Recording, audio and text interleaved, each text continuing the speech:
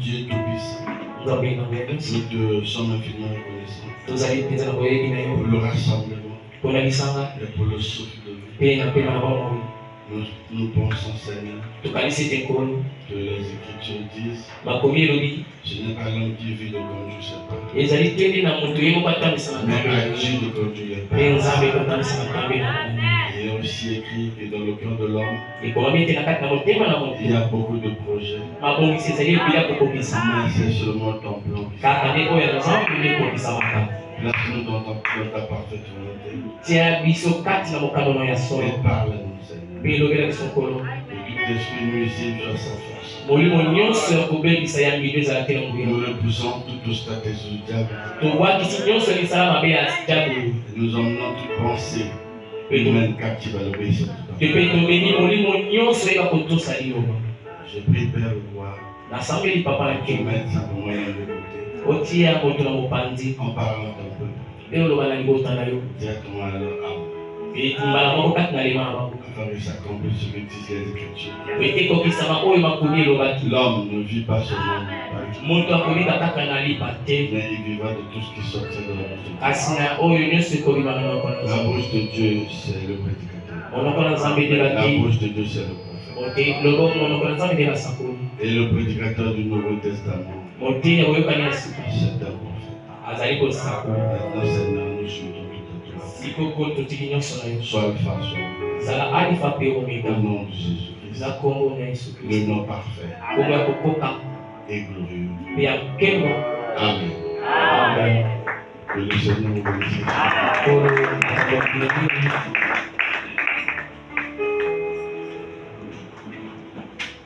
Je projette mon écriture là.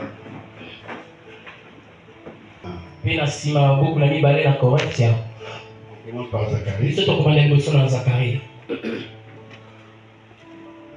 Ces pierres s'opposeront ce jour sur la montagne des Oliviers.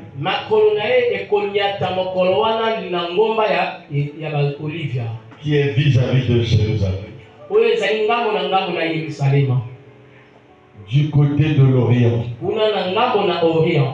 La montagne des Oliviers se fondra sur le milieu.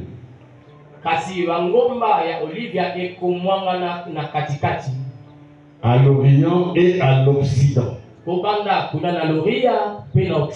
Et il se formera une très grande vallée.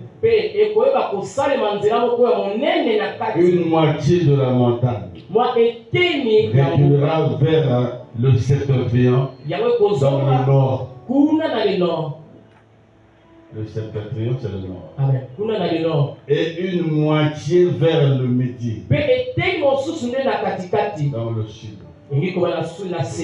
Vous fuirez dans la vallée de ma montagne, car la vallée des montagnes s'étendra jusqu'à Atzel, comme vous avez fui devant le tremblement de terre au temps d'Osias.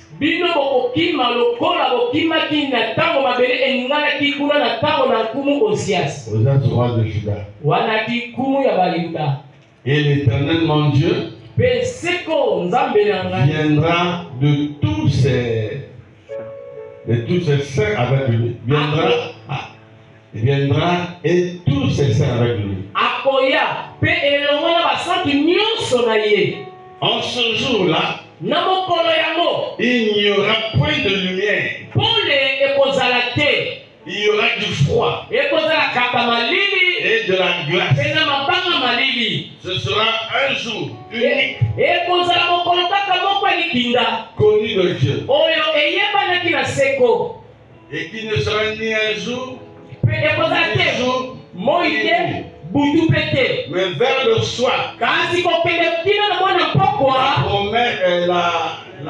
la lumière paraîtra. Amen. Amen. 2 Corinthiens 7:1. ayant donc de telles promesses, purifions-nous de toute souillure et de l'esprit, en achevant notre sanctification de la crainte de Dieu. Amen. Amen. Vous voyez comment le titre de la prédication? La promesse. Amen. La promesse, on peut compléter du don de la femme.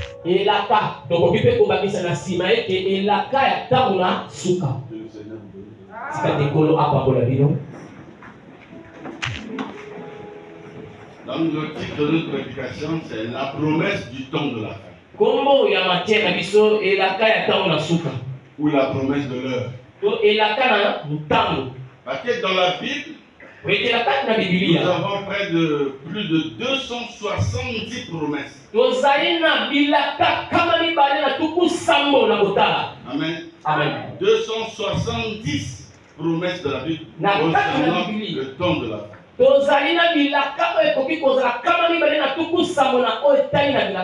On ne pourra pas prendre les 270.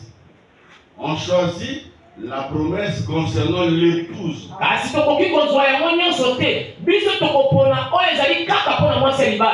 Je vais essayer de prendre ça chaque dimanche. Je commence avec Zacharie 14. Amen. Amen. Il y a Zacharie 14. Il y a Zacharie à Dieu, J'ai connu tous les membres du message. Les frères du message, l'épouse du temps de la fête. Il y a Luc 17 et 30. Zacharie 14 et 7. Apocalypse 10, 1 à 7. Est-ce que vous êtes avec moi? Amen. Toutes ces promesses-là, c'est lié avec l'épouse des chrétiens.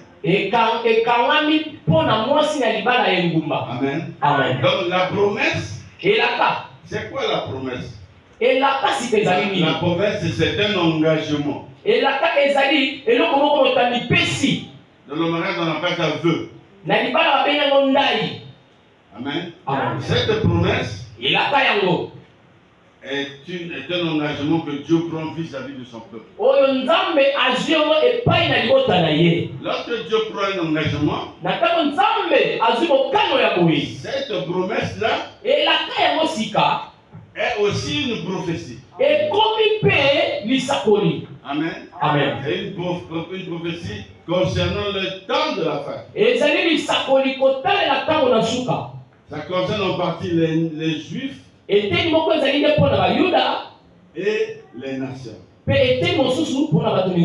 Amen. Amen. Donc il y a des promesses comme ça qui sont directes. Et indirectes.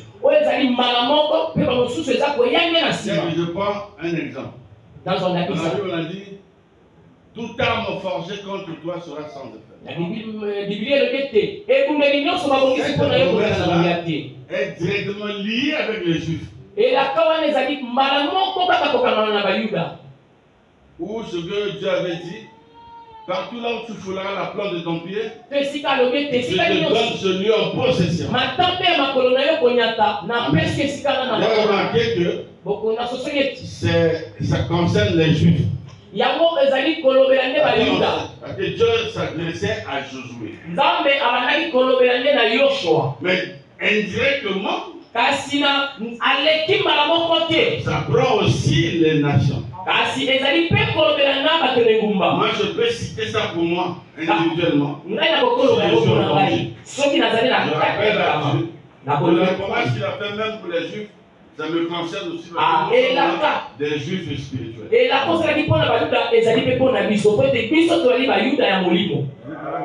Amen. Donc Dieu nous a fait la promesse. Dans Dans Zacharie 14 que nous avons lu là, il y a la promesse même de la première venue de Jésus. Il y a aussi la promesse de la seconde venue. Et le verset 4 dit, Il mettra ses pieds sur la montagne des Oliviers. Or, la montagne des Oliviers, c'est un endroit stratégique. Quand Jésus était sur la terre, c'est là-bas qu'il passait ses temps de consécration.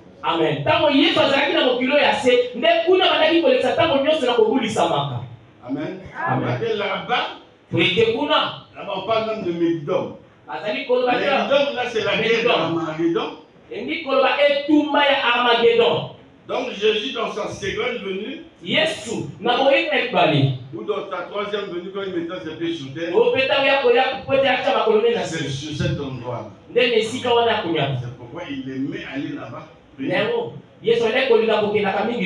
Maintenant, quand il viendra, avec ces seins comme nous avons lu, c'est là-bas que la guerre va commencer. Sur la montagne des Oliviers, je crois que l'épouse sera avec lui. Et nous allons combattre. Vous savez déjà, l'ordre mondial, le deuxième ordre mondial, a déjà commencé. D'autres personnes n'acceptent pas, d'autres pays n'acceptent pas ça, mais c'est déjà là. Ok, nous étions en train de servir Dieu, de prier, d'adorer, avec le premier ordre mondial. Le premier ordre mondial, il y a la liberté, on peut prier, on peut rester là, se rassembler. On va pas nous empêcher. Mais l'ordre, comment on appelle ça? Le deuxième ordre mondial là, c'est compliqué. C'est compliqué pourquoi? Parce qu'on va nous interdire de nous rassembler. Et c'est à ce moment-là que la pression va commencer. On a posé la question à Frère Branham, est-ce que l'épouse a un ministère? Il a dit oui. C'est ce que vous voyez là. Vous voyez ça en ferme 12. Mais lorsqu'il y aura la pression, l'épouse va manifester le troisième. Parce que c'est ça le ministère de William Branham. Le troisième poule, c'est l'apogée du ministère. C'est quoi le troisième poule? Le mot poule en anglais veut dire attraction. Donc c'est une puissance. Il y a le premier poule, il y a le deuxième poule, il y a la... Amen. Amen. Ce sont des attractions. Chaque ministère a ses trois poules. Le premier poule, ça consiste à faire quoi? La guérison de la chair. C'est en rapport avec la chair. C'est là où maintenant pouvait tenir la main de quelqu'un. Ils sont les vibrations. Et puis il dit, tu es guérisseur sur toi. Mais lors du deuxième poule, ça c'est maintenant la prophétie. Le ministère change. Quelqu'un prêche, il est calme, il fait comme tout le monde. Le ministère change. La puissance, la guérison et tout ça. Ça c'est maintenant en rapport avec l'esprit. Après, pouf, le troisième pour l'interview. Ça, tu rentres dans Dieu te fait rentrer dans un cycle de création. C'est comme ça que maintenant commence à créer les écrivains. Le niveau du ministère change. Là, je ne traite pas avec l'esprit ou le corps.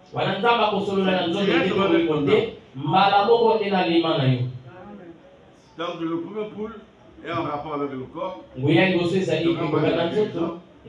deuxième poule est en rapport avec la prophétie, je crois, donc l'esprit. Le troisième poule, c'est avec ton âme. Le message, ça vient traiter le glande. Le premier poule, le deuxième poule, c'est ce que vous voyez avec les églises.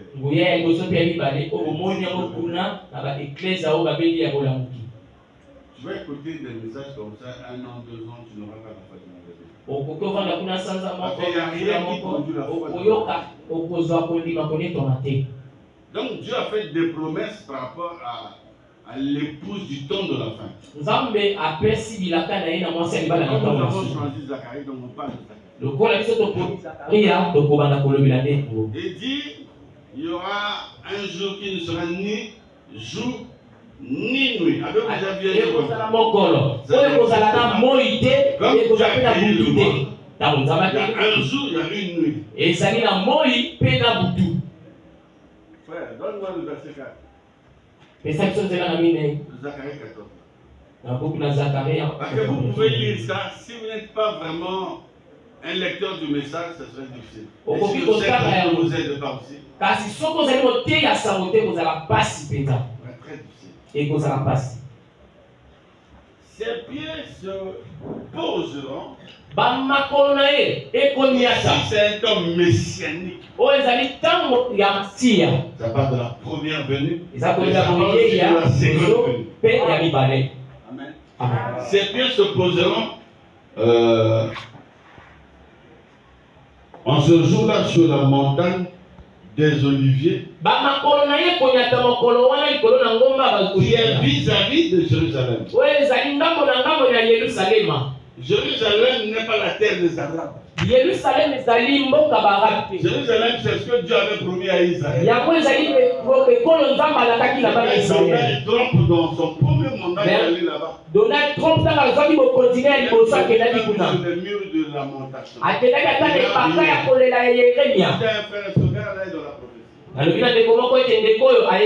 Il n'a pas l'expérience, une grande expérience politique, lui c'est les affaires.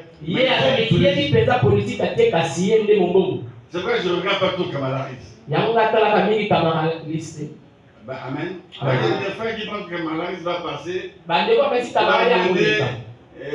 Disons, bon, la 7e vision. Il faut bien voir. Quand la guerre de l'Ukraine a commencé, tout le monde a dit ah! Les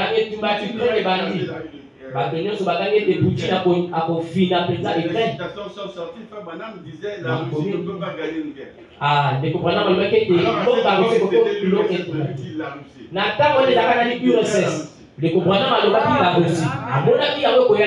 Aujourd'hui, ce n'est pas l'URSS, c'est la Russie.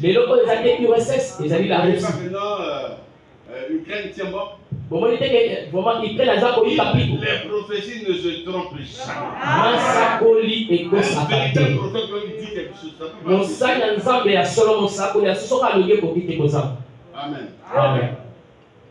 Le jour que Donald Trump prêtait serment, il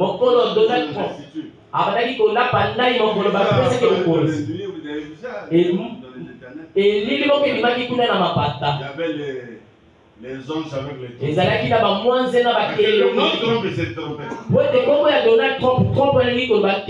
Ils avaient des trompes.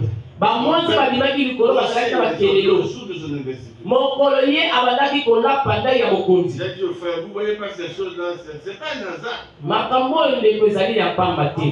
L'élévation ne vient ni de l'Orient ni de l'Occident.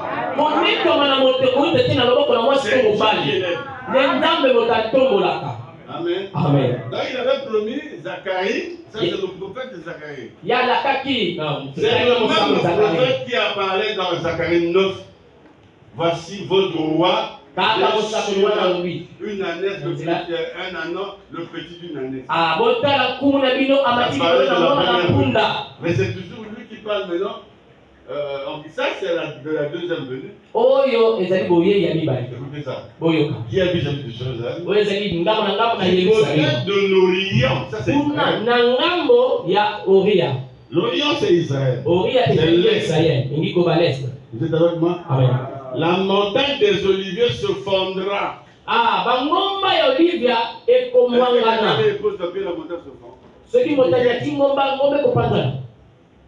Amen. Amen. Et il se formera à l'Orient et à l'Occident. L'Occident c'est l'Europe. Et il se formera une très grande vallée. Une moitié de la montagne reculera vers le septentrion et une moitié vers le midi. Vous fuirez alors dans la vallée de mes montagnes, car la vallée des montagnes s'étendra jusqu'à Axel. Vous fuirez comme vous avez fui devant le tremblement de terre, au temps d'Osias, roi de Juda. Et l'Éternel, mon Dieu, viendra. Comment il a d'autres enseignements?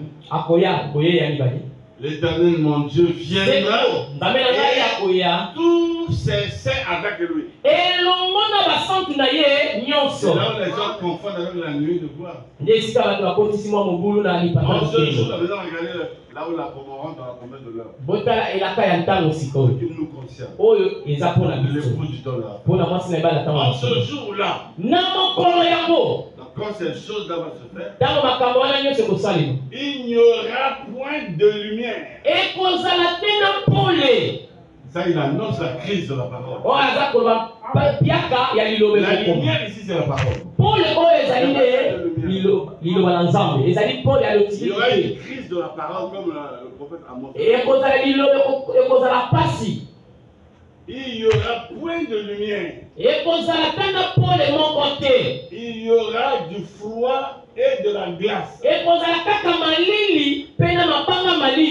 Ce sera un jour unique de l'Éternel. Et qui ne sera ni jour ni nuit. Mais vers le soir, la lumière paraît.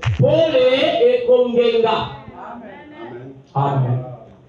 Donc il y a celui qui pense que c'est le soleil. Le soleil n'apparaît pas le soir. Même naturellement. Mais il dit vers le soir, la lumière paraîtra. Amen. Amen. Parce qu'il s'agit ici d'un langage très prophétique. Amen. Amen. Nous avons un jour. Le jour, n'est-ce pas? Il y a le matin.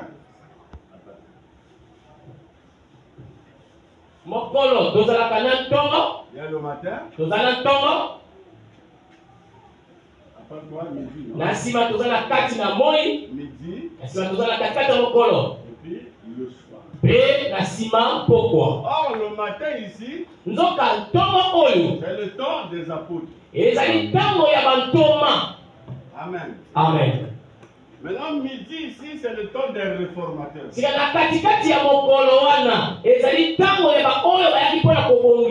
Maintenant, le soir, c'est la fin du jour. La fin du jour. C'est la fin du temps. Donc le soir, c'est maintenant. Nous sommes à la fin du temps. Amen. Amen. C'est maintenant que la lumière vers le soir, la lumière paraît. Amen. Amen. Josué, Psaume 119. Psaume 119.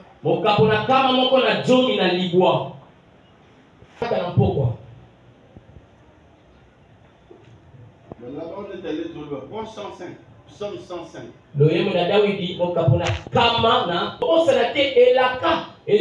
La promesse est une prophétie. La promesse c'est un engagement. Dieu a pris l'engagement vis-à-vis de son peuple.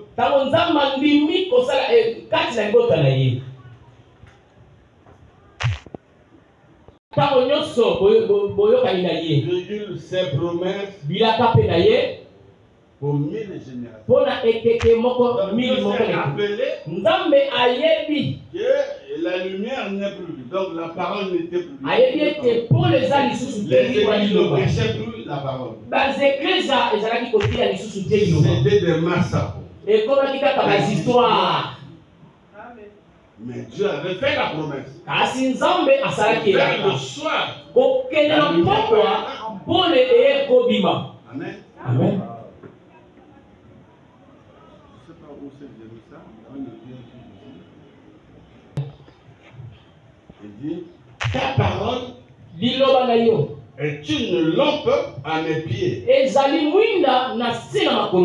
et une lumière pour mon sentier. Voyez la parole dont on parle ici. C'est ça que Zacharie dit vers le soir.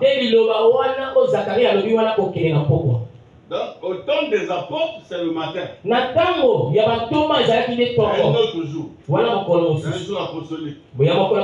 Un midi, donc c'est le temps des réformateurs. Amen. Amen. Le temps des réformateurs, je commence avec Luther. Un jeune allemand. Il est aussi un prêtre. Dieu lui a dit c'est un faux système sort.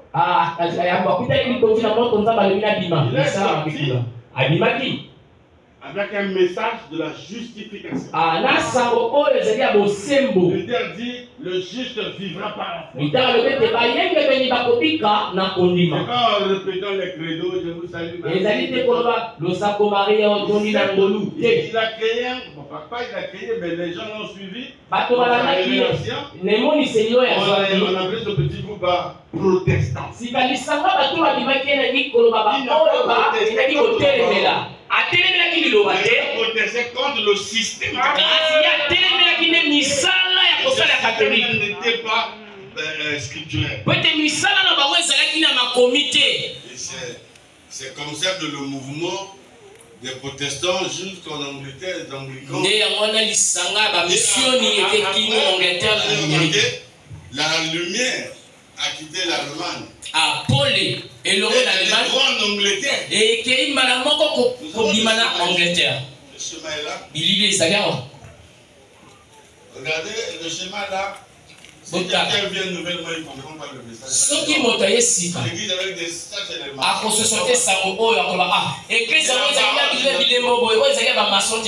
Amen. Amen. Nous avons 7 périodes.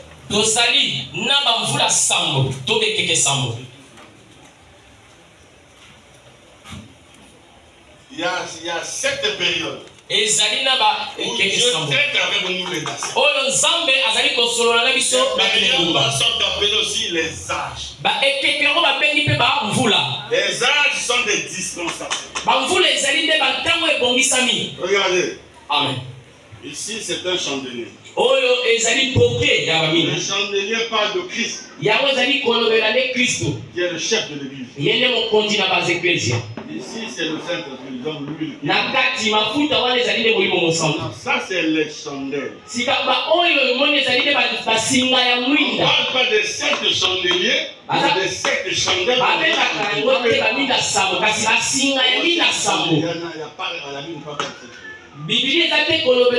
C'est un chandelier représentant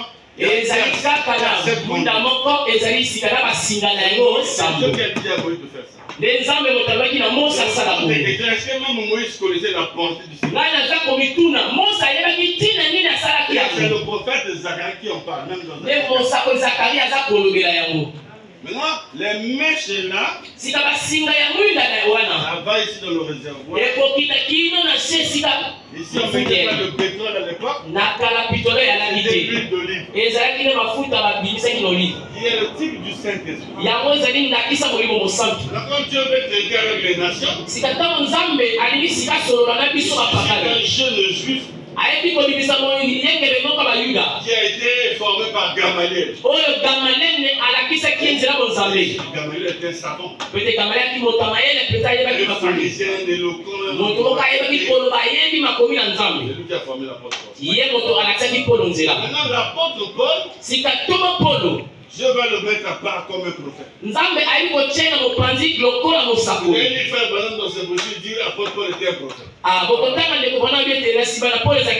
Effectivement, il était un apôtre parce que le mot apôtre veut dire envoyé. Mais il avait un ministère. Tu dois être un pasteur, mais tu as un ministère. Amen.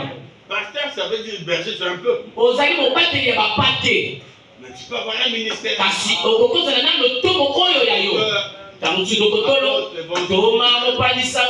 Ou pasteur.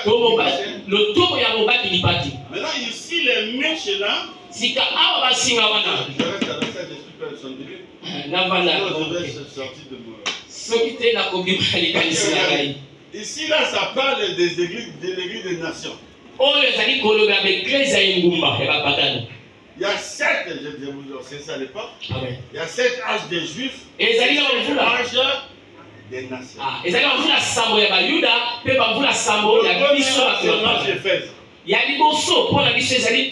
Le pasteur de l'église d'Éphèse, c'était l'apôtre Paul. N'est-ce pas? Amen. Maintenant, vous allez voir en rapport avec la pyramide. Le premier âge de Paul a pour vertu. Mais la foi n'est pas le message de Paul. La vertu foi.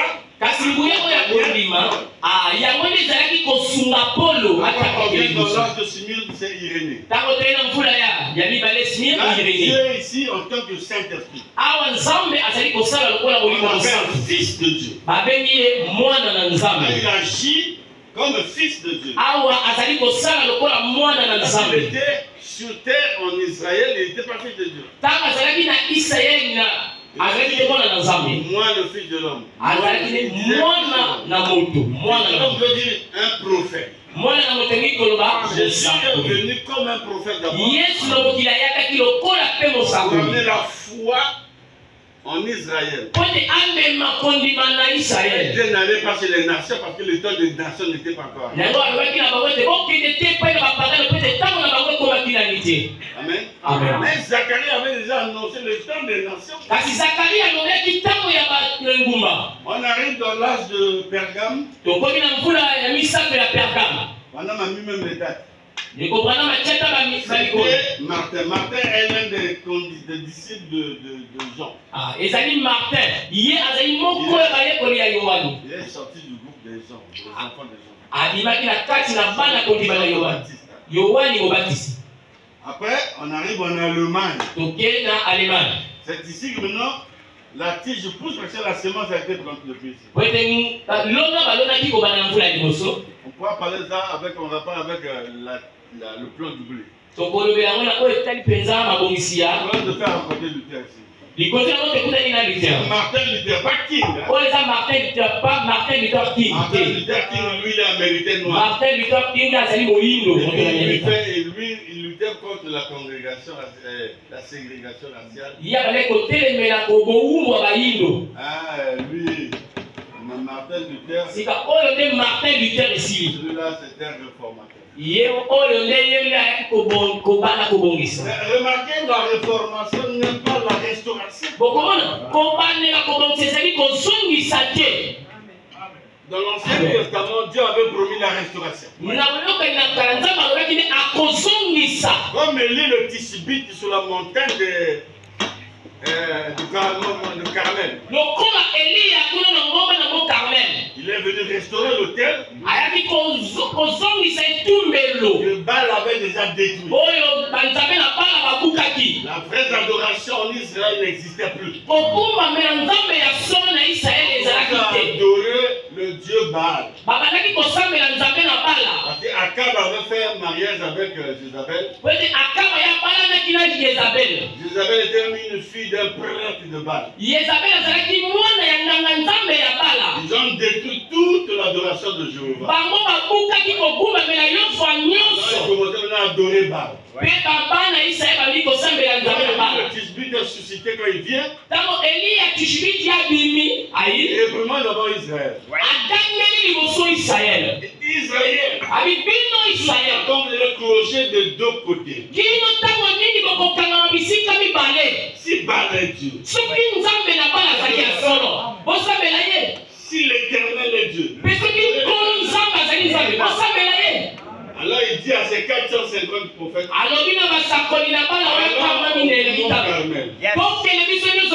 ngomba na Carmel. Je l'ai remarqué qu'Élie a utilisé 4 fûts. Bon, on a Élie a fait le 4 fûts. Voilà dit c'est ça le fondement fondamental de la foi. Ça parlait d'Abraham, Isaac, de Jacob, Jacob, ainsi de suite. Vous avez la foi, oui, mais votre foi doit être basée sur quelque chose. Et puis, il a pris les fûts là. Il a utilisé ça pendant 3 fois. On a fait ça donc on a dit creuser, on a fait tout. On a fait un hôtel, on a renversé ça pendant au moins 3. 3 fois 4 combien? 12. Pas de toquer les 12 apôtres. Je ne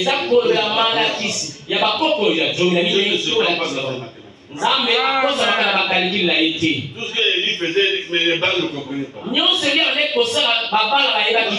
Tu as creusé, tu as mis, il a coupé les morceaux de l'animal, de sacrifice, il a placé là. Il a arrosé. On a besoin du feu, toi tu mets encore l'eau. Il a dit leur Dieu. Il va répondre par le feu.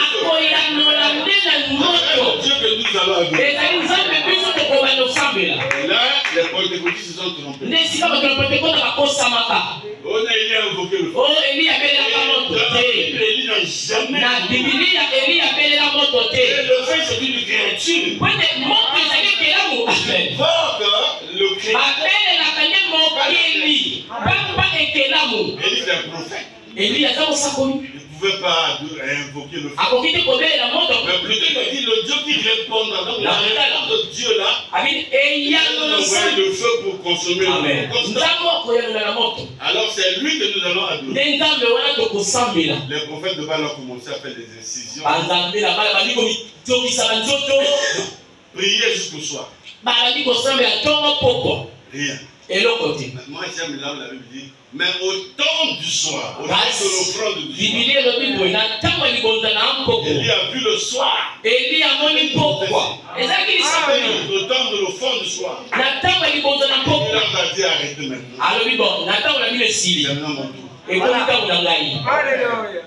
Maintenant, Élie commençait à invoquer l'Éternel. Il a dit Dieu d'Abraham.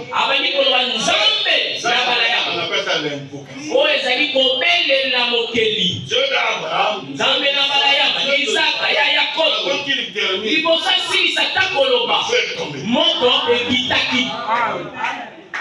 tout Israël a vu ça.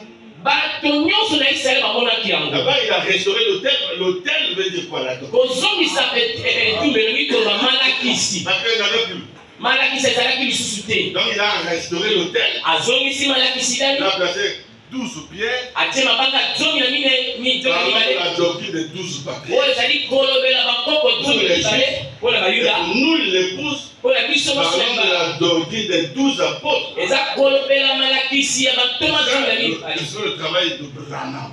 Branham vient comme Élie de Malachi. L'esprit d'Élie vient 5 fois. L'esprit c'est la grâce. L'esprit est venu par lui-même Élie de Tishbite. Amen. Deuxièmement, c'est parti dans Élysée. Troisièmement, c'est allé chez Jean-Baptiste. Amen. Et puis quatrièmement, ça vient du côté de l'épouse de Massé.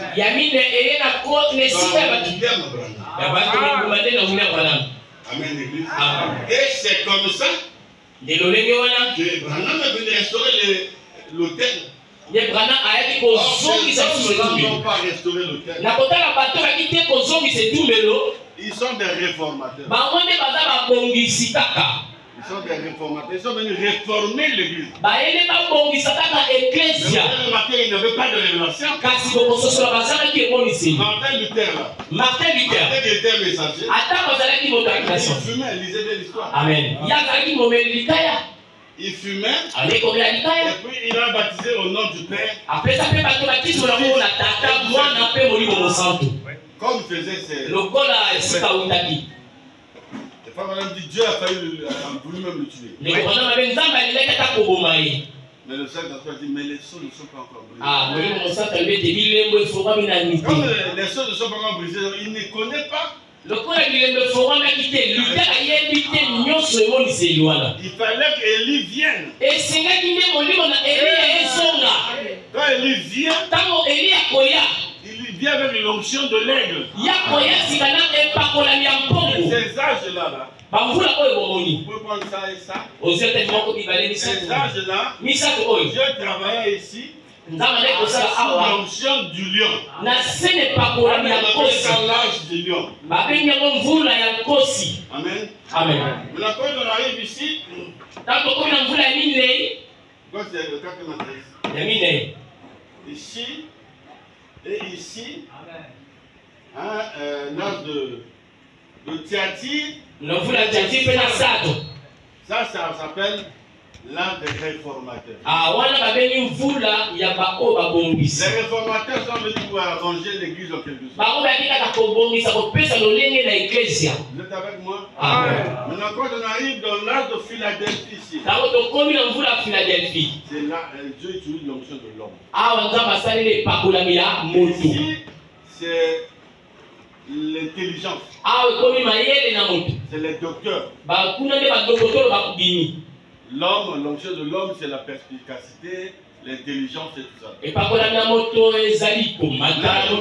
il reste un seul âge. C'est l'âge de Laodicée. L'âge de Mephibosheth. Dans cet âge-là, on utilise l'onction de l'aigle. Et c'est William Branham qui est cet aigle. C'est lui qui vient maintenant restaurer l'autel. Là, l'Éternel dit, voici, je vous enverrai. Élie le prophète.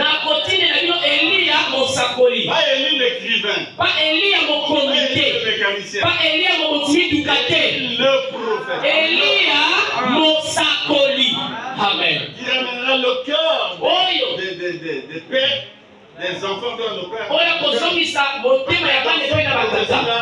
Dans cette prophétie qui est une promesse, il y a deux phases. Amen. La première phase, c'est Jean le Baptiste. Les paroles de lui-même, c'est Matthieu 3. Ici, dans la restauration des Juifs.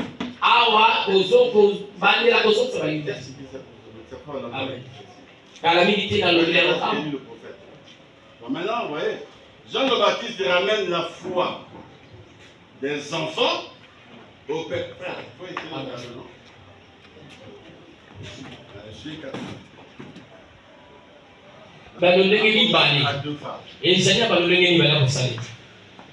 Amen. Amen. Nous avons dit la dernière fois. Tout le monde le passage, c'est Luc 17 au Luc, où on parle de Jean-Baptiste. Tu vas amener le cœur de Père. Luc 17 au cœur. Vous avez ça? De Jean-Baptiste.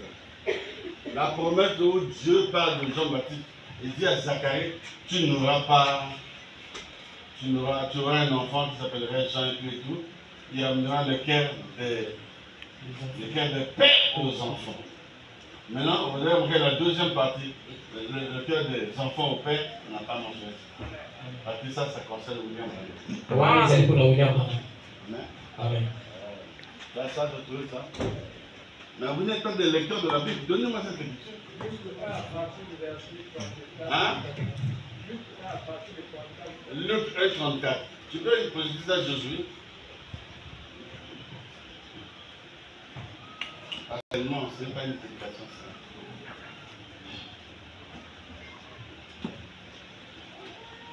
Ici, nous avons Jean-Baptiste. Tozala Yohane Mobatisi. Na Luka. Ici, nous avons William. Tozali na Wayne B. Malakia na mimi. On a nous a posé l'écriture. Marie dit à l'ange. Marie a levé la moisée. C'est pas ça? 17. Voilà, je disais 17. Naturellement, non seulement de faire sa propre. Il marchera devant Dieu. Ça concerne Jean-Baptiste. Ah, Dieu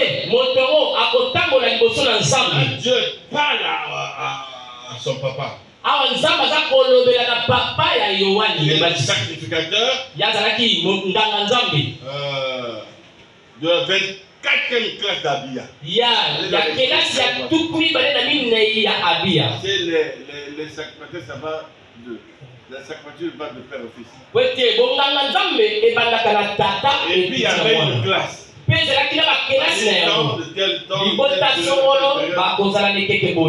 fait, ici, Dieu n'avait pas intervenu dans la prédestination. Jean-Baptiste devait être sacrificateur comme son père. Il marchera, Dieu parle à son papa. Cet enfant-là marchera devant Dieu avec l'esprit et la puissance d'Élie.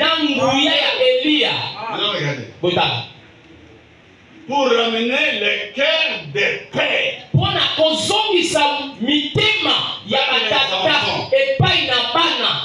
J'ai besoin de la crainte. Vers les enfants. Et les rebelles à la sagesse. À la sagesse des justes. Afin de préparer au Seigneur. Bien disposé. Amen. Amen. Bon, maintenant, qui sont les pères ici? Les pères des Juifs.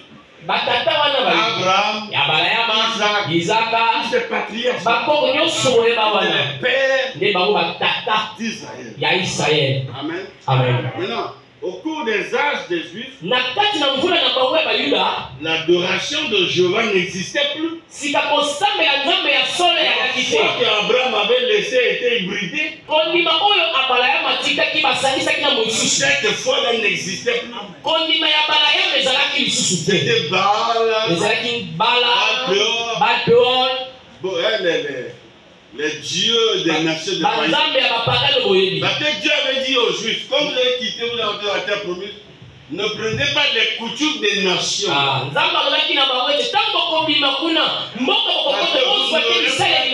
Votre Dieu.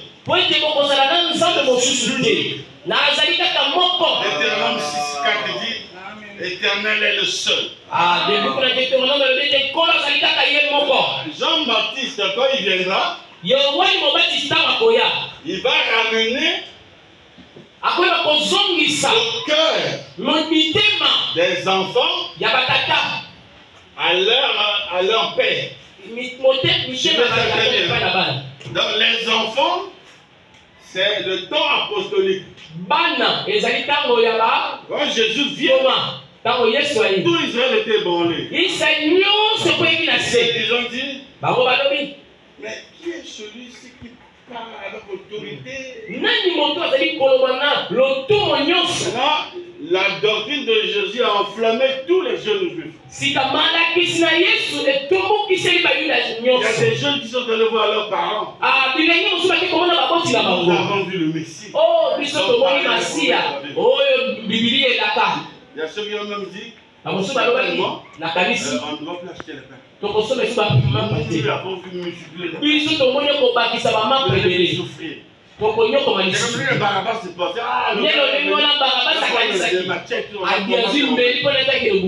C'était pas ça. Donc il y a dans un autre plan. Jean-Baptiste, lui, va venir. Amen. Pour ramener les enfants là à la foi des pères. Les pères ici, nous avons dit, c'est les patriarches. Parce qu'Abraham est le père de la foi. Croyez-vous cela?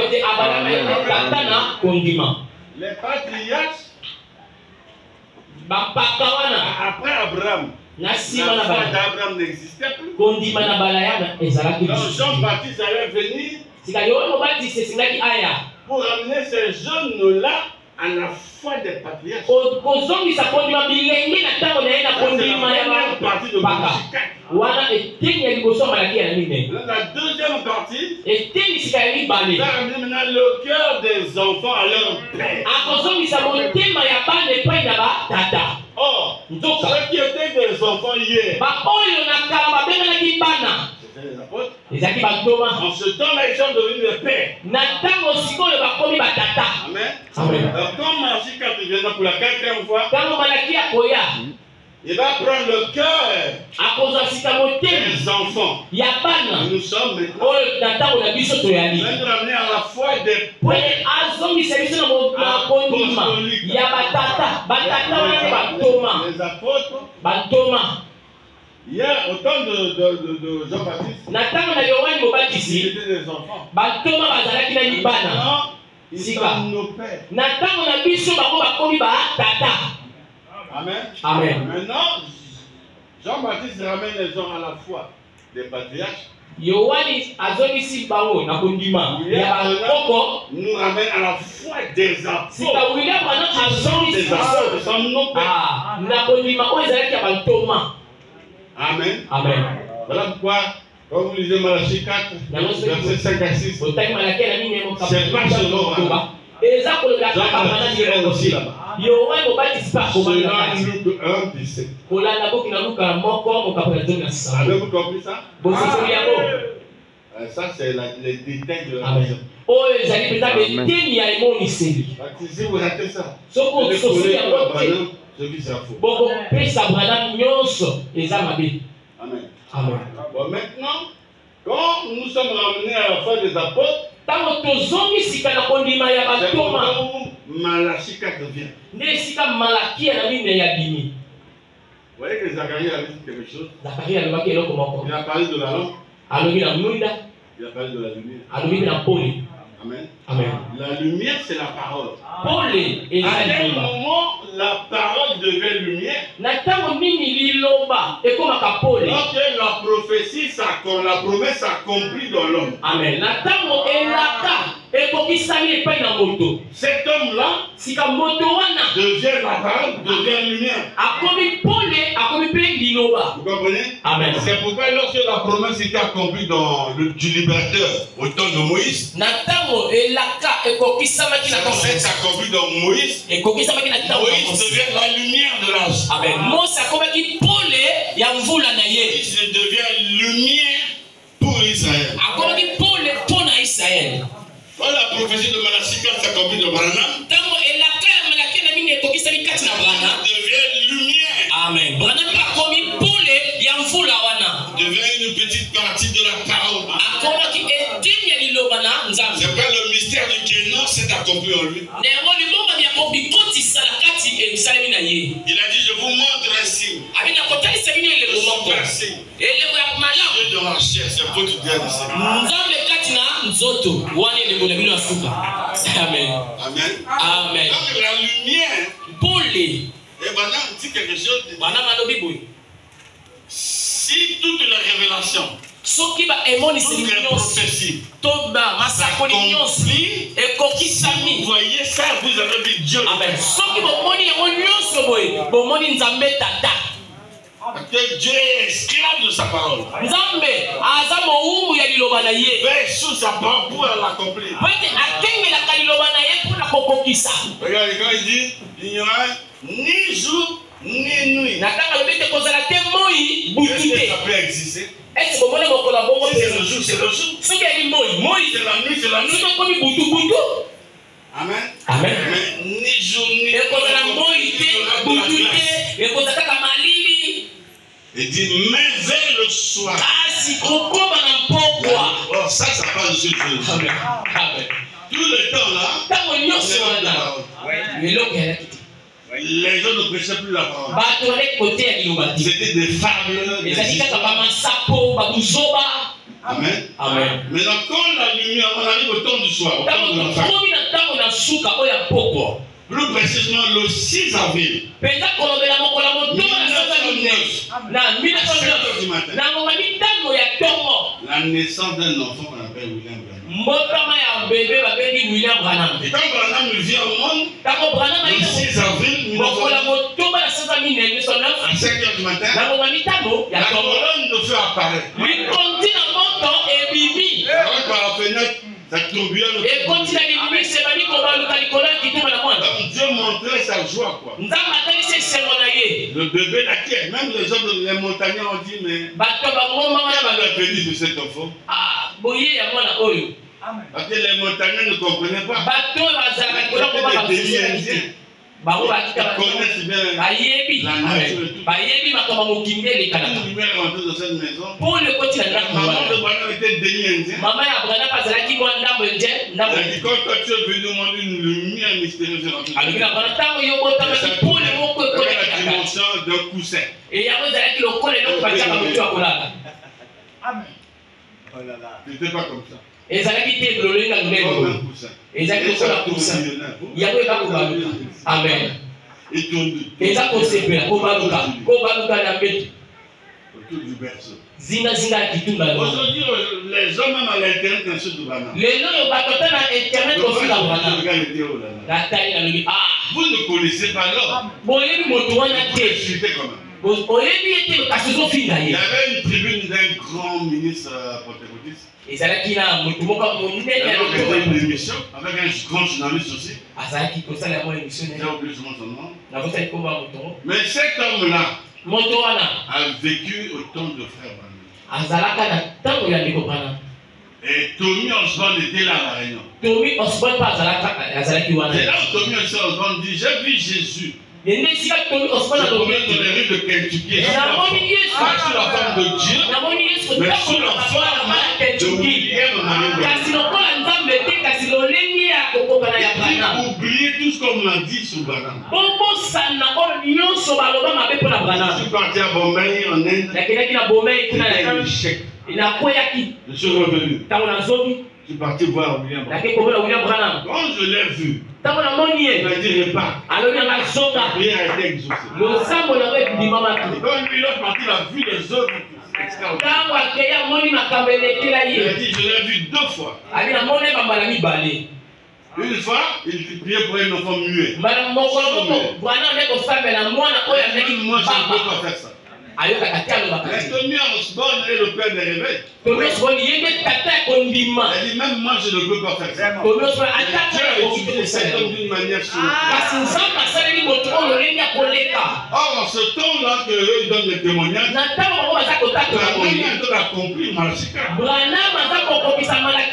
C'est la lumière du temps du soir qui apparaît. Amen. La promesse, quand cela est compris dans un nom, la promesse prend le nom ou la forme de cette personne. C'est pourquoi Jésus a dit allez par tout le monde prêcher la bonne nouvelle. Guérissez les peuples privés. Même la forme d'un démon. Appelé Judas. Il fait partie, il a fait les miracles. Les démons nous ont été soumis. Je voyais Satan tomber du ciel. J'ai le témoignage d'un démon. Judas l'Iscariote était un démon. Il n'était pas démon dans sa chair. Il était démon dans son âme. C'est vrai que tu peux être ici. Chrétien, tout ça. Mais tu as la sorcellerie. On peut dire que tu es sorcier dehors. Mais tu n'es pas sorcier dans ta chair. La sorcellerie se repose dans ton âme. Quand toi tu te dédoubles la nuit, tu peux le faire avec ta chair. Ton âme. Quand tu bois le sang humain, tu manges ta chair. Tu es un vampire. Ton âme. Mais tu viens à l'église. Tu es mais tu es démon dans ton âme. Nous avons des démons du haut. Donc, on appelle la matière tout le monde. Oh, pasteur était dans le tu sais. Oh, mon camisson, quel est son état? oh, il est fatigué. C'est ça qui fonctionne avec l'hélicoptère. Mais comme Branham arrive dans son âme, c'est la parole. Il peut dire, je l'ai volé toute ma vie. La parole, est-ce que tu l'as volé pour la première fois? Quand il est venu à mon berceau. Maintenant, regardez. Moïse. Rencontre Dieu dans le désert. Je lui dis, j'ai entendu les pleurs de mon peuple. Et je suis descendu pour les délivrer. Mais j'étais choisi. Mais si tu as entendu les pleurs de ton peuple, et puis tu me reconnais au désert. J'ai entendu que tu as parlé au désert. Dieu c'est un Dieu de parole. Amen. Amen. Dieu, en fait, le plan c'était qu'il envoie Moïse. Afin de faire que Moïse aille au désert. Amen. Amen. On va faire comme dans le film de Moïse. Ce Moïse-là est dévoilé par la couverture. Quand lui-même, Pharaon, je crois que c'était Moïse, a ramassé la couverture que sa mère l'avait mis. C'est issu des Juifs. C'est faux, la Bible dit. La Bible dit on a réuni Moïse dans la circoncision. Les enfants hébreux étaient circoncis le 8e jour. Donc si on a c'était un hébreu. Les Égyptiens n'étaient pas circoncis. Alléluia. Amen. On a reconnu. On reconnaît que c'était par la circoncision. C'était le baptême. Les chrétiens sortent le Saint-Esprit.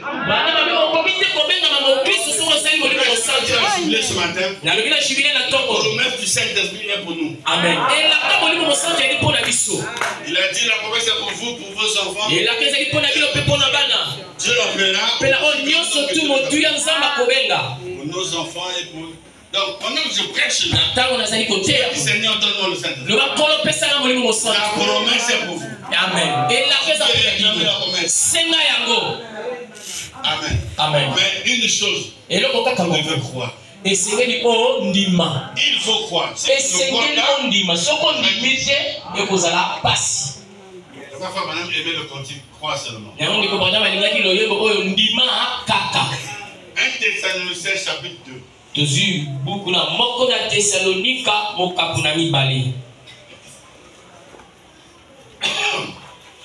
Chapitre 2.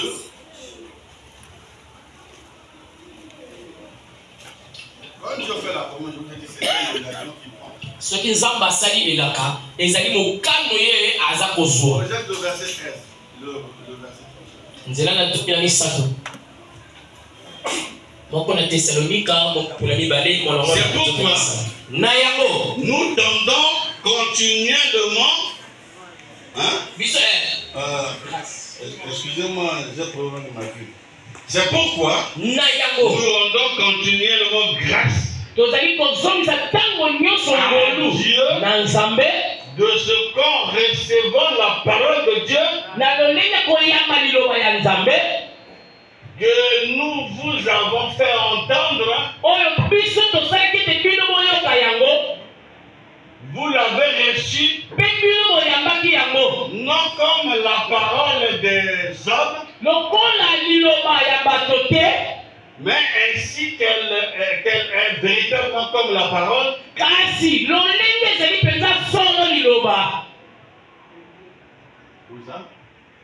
La parole des hommes. De Dieu. Qui agit en vous. Très bien, cette partie est très importante. La parole de Dieu. Qui agit en vous. Hein? Qui agit en vous. Qui Si tu ne crois pas, la parole ne va pas agir. Amen. C'est la première condition pour recevoir l'accomplissement de la promesse, il faut croire. Amen. Les enfants qui la parole de Dieu, c'était pas la parole des hommes. Les Hébreux ont cru les Juifs. Et Dieu a accompli la parole. C'est comme vous voyez, la sœur Anne. La temps ancien, la maman Samuel. Avec ce que Dieu avait fait à l'époque. Si crois ça,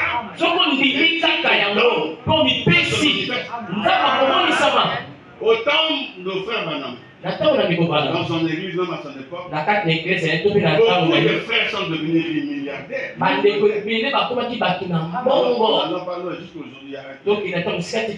Perry Green, c'est un multimilliardaire. La richesse a commencé par son pasteur. C'était William Branham. Il était un faux prophète, il serait multiriche, multimilliardaire. Il dit, mettez le montant. Il dit,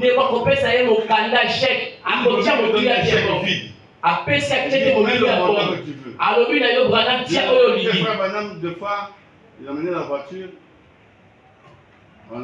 J'ai un frère mécanicien. Ça fait combien? Je ne peux pas taxer Dieu.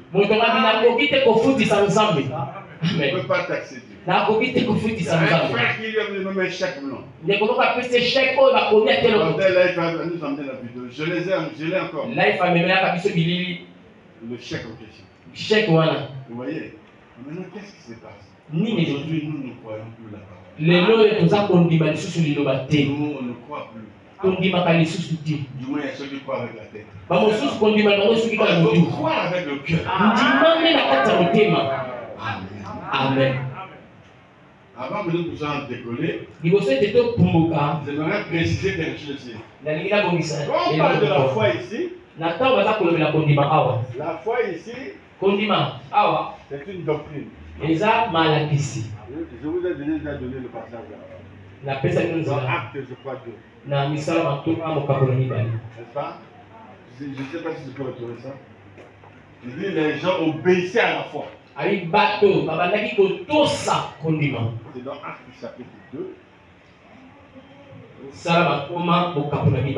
Le verset que j'ai oublié. Ils ont obéissé à la doctrine. C'est pas comme une substance. Et puis Dieu, dans la Bible, a simplifié. En fait, la foi, c'est quelque chose d'ordinaire. Hein? Les gens, quand ils parlent de la foi, c'est comme si c'est quelque chose d'extraordinaire. C'est pourquoi Dieu a symbolisé la foi par une plante qu'on appelait l'hysope. L'hysope, c'est une plante rampante, ça pousse même sur le mur, contre le mur. Dieu a symbolisé la foi par cette plante. Comme pour montrer que c'est une plante simple, ordinaire. Et tu verras la gloire. Amen. Amen. Jean chapitre 11, le verset 40, frère. Tu peux avoir ça? Jean 11, 40.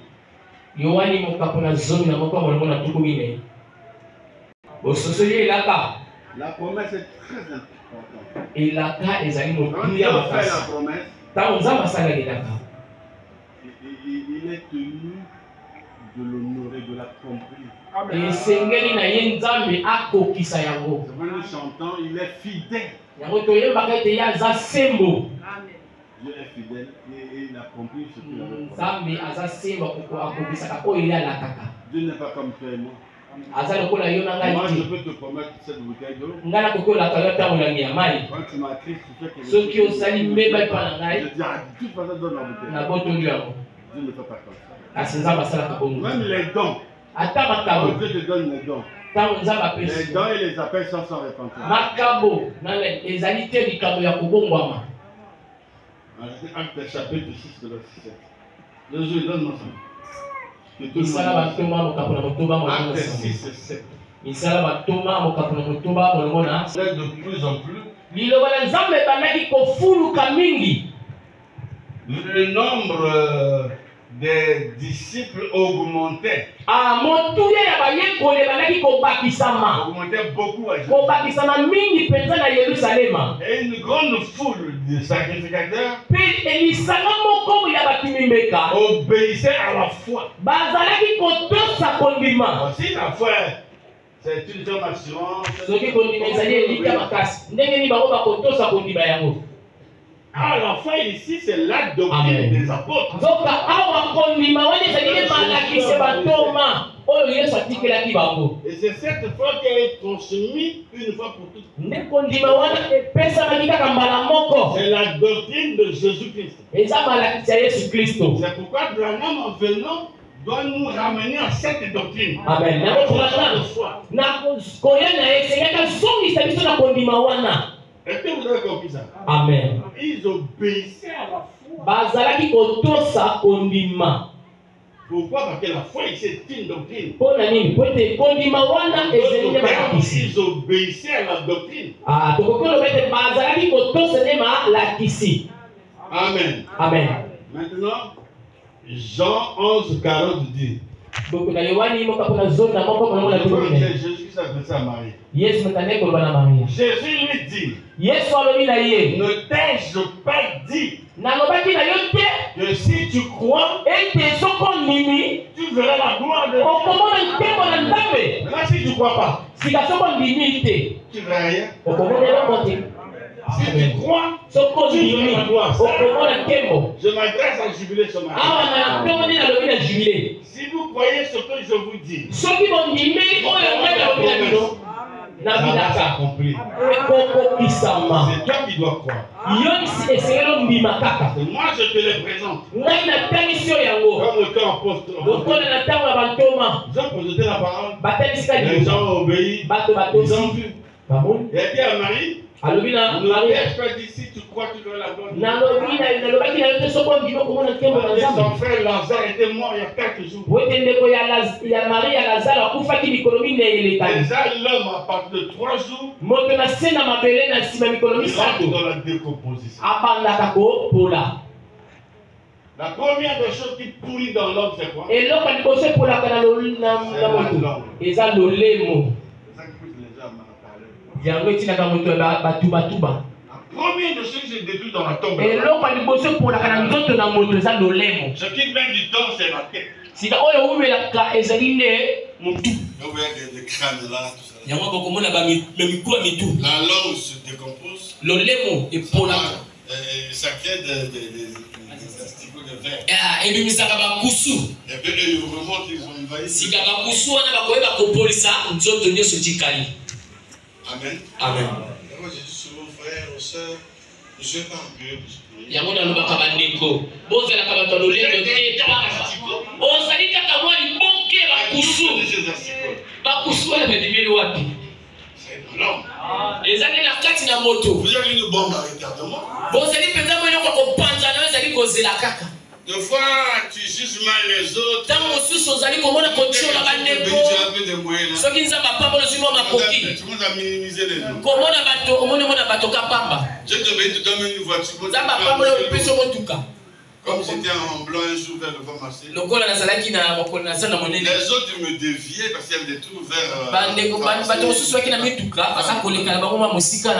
Non, le gars rentre à moi dans le monde.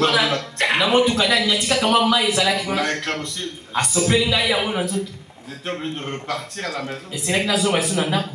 Alors je partais au marteau de la frontière pour chercher quelques produits. Il dit le gars est gonflé. Vous allez voir comme ça, si vous suivez ce type-là, des fois c'est des chrétiens qui sont dans l'église. Des membres d'église. Mais tu un mauvais cœur. Vous venez à l'église, tu as un mauvais cœur. Tu peux vous parler le mal des autres. C'est vrai la langue, comment ça se décompose. Tu es merveilleux.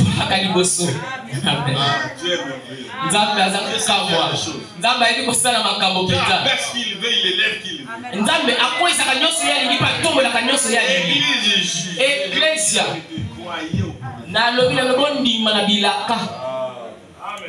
Dieu, quand il te promet, il va l'accomplir. Ça prend du temps. Le prophète Habakkuk dit même cela tarde.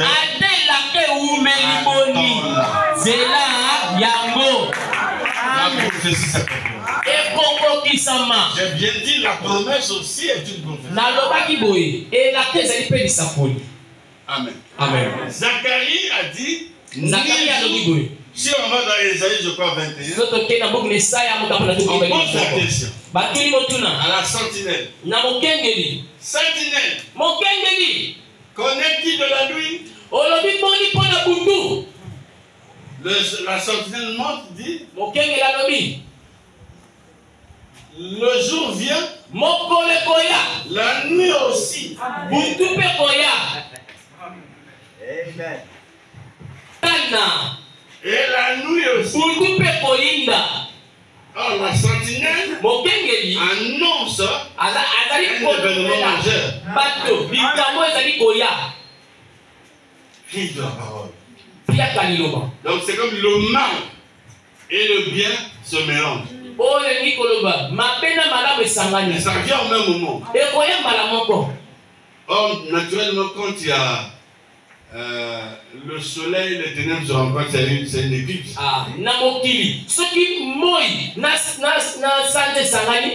L'éclipse attaque les yeux. L'éclipse attaque les yeux, les yeux du prophète. Il n'y a pas de parole. Amen. Amen. Aujourd'hui, on parle de la Odyssée là. Le monde plein de ténèbres. C'est ce que vous voyez même dans ce chemin. Au temps de l'apôtre Paul. La lumière, vous voyez qu'il y a une grande partie de la lumière. Cette lumière là, c'est la parole. Plein de paroles. Mais avec un peu de péché. Ce qui est symbolisé par les ténèbres. Là, c'est. Il n'y a pas la parole. Les paroles que je vous dis sont esprits. Ici, il y a la lumière. On évolue ici aussi à la lumière. Maintenant, viens ici. Même là, c'est parce que le dessinateur a laissé un peu de lumière. Quand Frère Madame nous explique là aussi, dans la démonologie, il n'y a même pas de lumière. Dans la démonologie, domaine physique, dit les qui étaient là, c'était les fils de Dieu sur la terre. Vous êtes la lumière. Mais vous voyez que le noir s'est installé. Surtout dans l'âge de Thyatire. Dans cet âge-là. C'est ici. Dans le 18e siècle, je crois, de notre ère. Où les protestants étaient matés par les catholiques ont persécuté les protestants. Ils ont tué beaucoup de gens. Amen. Amen. C'est ce qui a fait que la plupart des protestants quittent l'Europe pour aller aux États-Unis. Ils ont apparu dans le territoire des Navajos. Ils ont pris maintenant le territoire là. Ils étaient à au moins 13, ils ont commencé par 13 colonies. Les étoiles des drapeaux des États-Unis ont commencé avec 13 étoiles.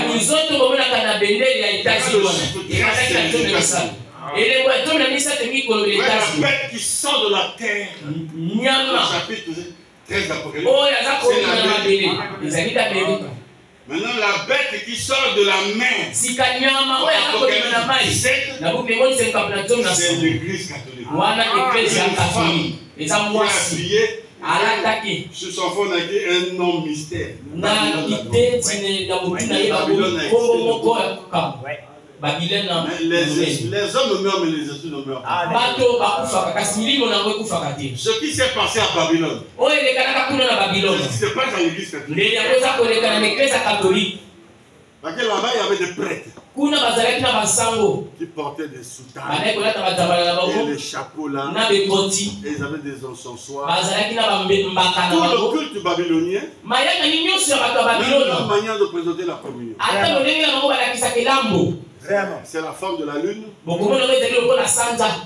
Et il montre ça vers l'est. Il n'y a que lui qui prend. Le vin, c'est lui qui prend.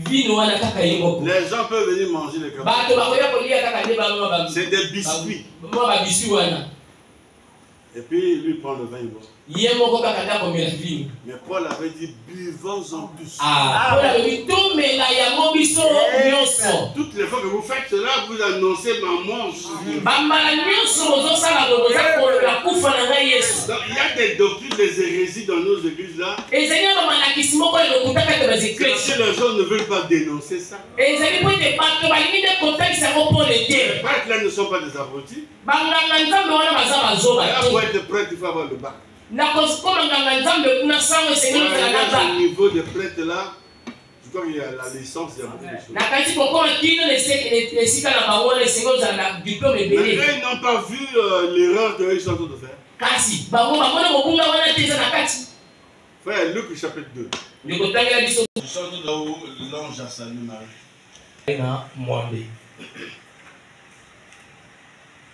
C'est dans mon tableau. Amen. Amen. Vous allez voir l'erreur de l'église catholique. L'ange entra.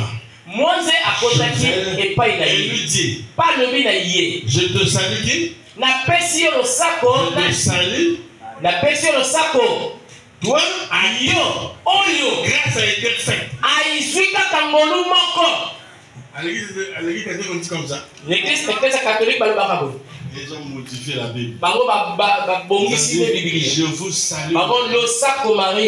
Plein de grâce. C'est un mensonge.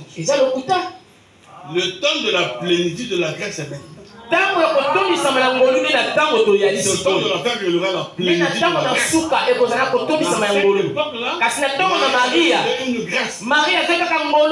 Pourquoi? Il y avait beaucoup de femmes sur la terre à cette époque. C'était des vierges. Mais Dieu lui a fait grâce parce que c'est une vierge qui a trouvé grâce. Et puis Dieu l'a tutoyé. Non, je vous salue Marie.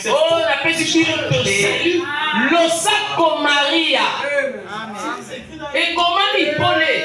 Mais c'est licencié. Ils croyaient ça. Mais qu'est-ce qui se passe? Il y a une puissance de garde. Comme ils n'ont pas cru à la vérité, puissance de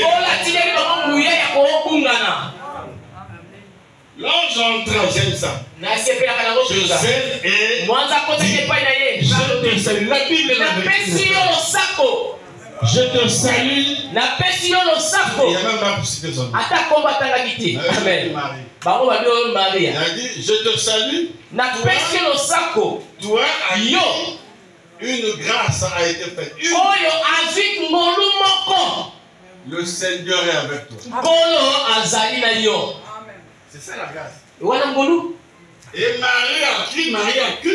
Marie a lima qui paye.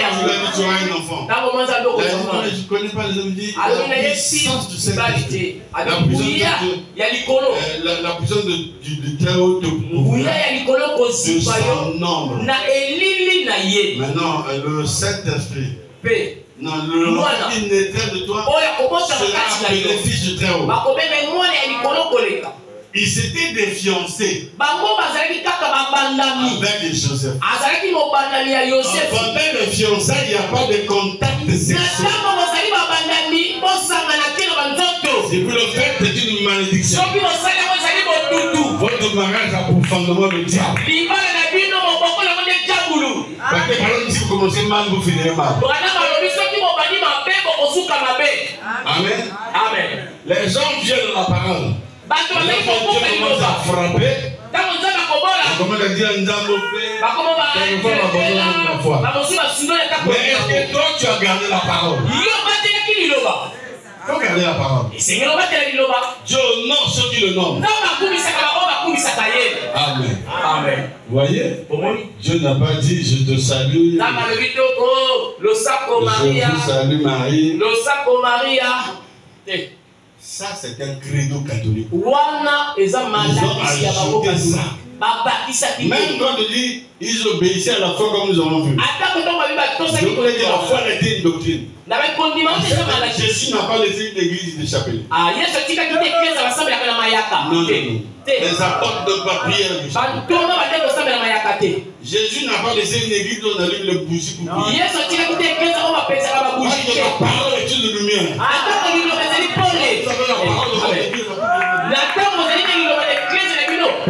Allumer la bougie, ça peut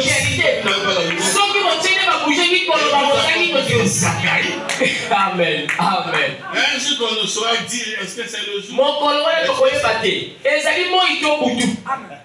Alléluia. Amen. Mais au temps du soir, nous sommes au temps du soir. Personne la parole. Si je vous prêche pas la parole, vous allez rater le Seigneur.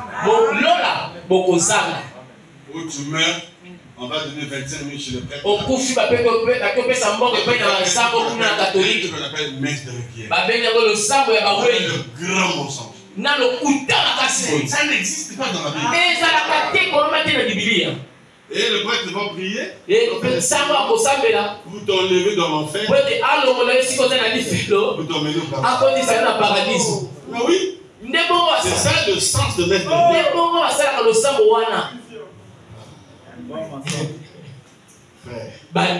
Le salut s'obtient maintenant.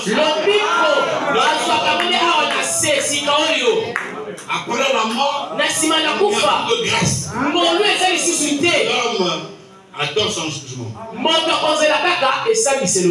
importe que tu sois pasteur,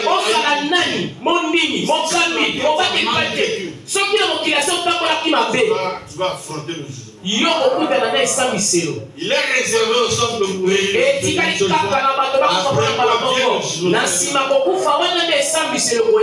C'est avec moi. Amen. Je vous dis la vérité. Après vous allez encore, quand Dieu va frapper, tu vas pleurer. Quand tu viens le canton, c'est gauche. D'autres personnes, même ce soir, la paix sortira là pour aller pêcher. Il y a des rendez-vous Dieu pour aller pêcher. Donc Dieu parle à rentrer. C'est normal, c'est votre jour. C'est le jour de l'homme. Mais le jour de l'éternel, un jour grand, où il y aura des yeux comme les flammes. Il va te regarder.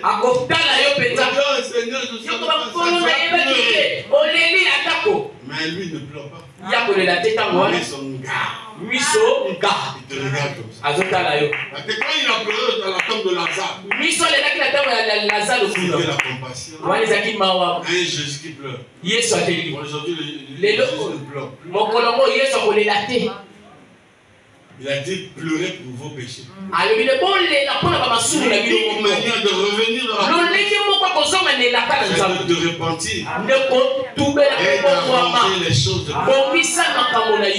Tu arranges les choses et puis tu marches avec. Amen. C'est très important. Donc Zacharie parlait du manque de la parole. Je reviens sur ça pour que l'église comprenne. Vous avez posé la question à un frère du message des tabernacles. Vous savez de quoi cette écriture? Il n'a pas pu m'expliquer ça. Non, c'est l'épouse, la promesse de l'épouse d'accord. Ça veut dire quoi? Donc nous voulons rentrer dans les détails pour que l'église ne soit pas sans comprendre. Le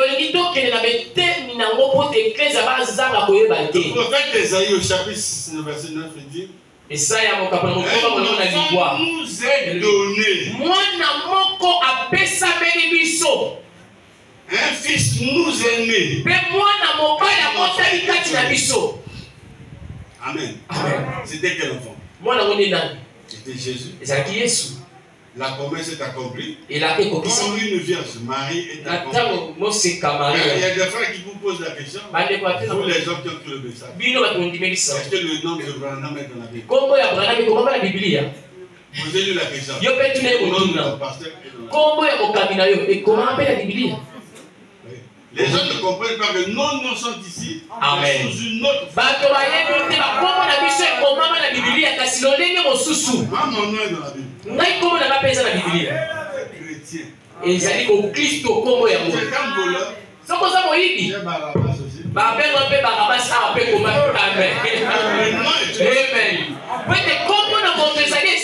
Si tu es prostitué, prostitué, tu es identifié ici. C'est ça ta nature, c'est ça ton nom. L'autre prend la forme du récipient. Amen. Tu aussi prends la forme du récipient. Vous voyez, les femmes s'habiller, elle a tendance à serrer son corps.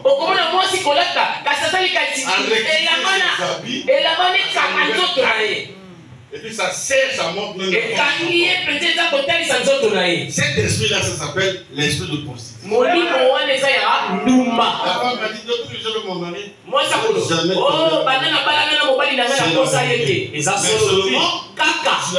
Tu longes un esprit de prostitution. Nous découvrons cet esprit juste par ton caractère.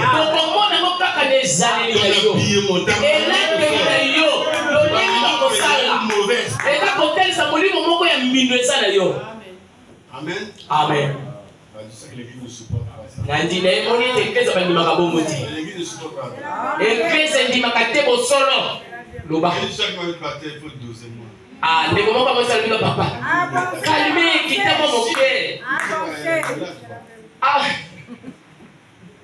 Doser. C'est un ministère. C'est toi qui m'avais donné le ministère là. Moi, je vais doser pourquoi? Dieu Dieu me dit, ne fais pas de compromis.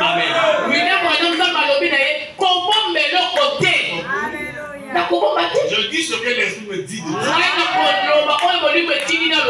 Amen. Si vous venez à l'église, vous écoutez la parole. Vous allez écouter la parole. Vous allez voir la parole. Mais si vous venez pour voir les erreurs,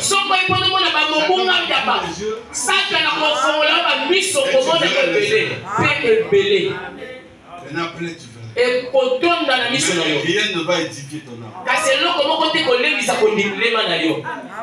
Nous venons avec vous écouter la parole pour s'édifier. Amen.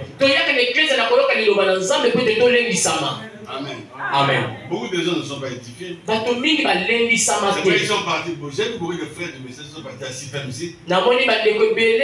Pour faire le cours d'affermissement.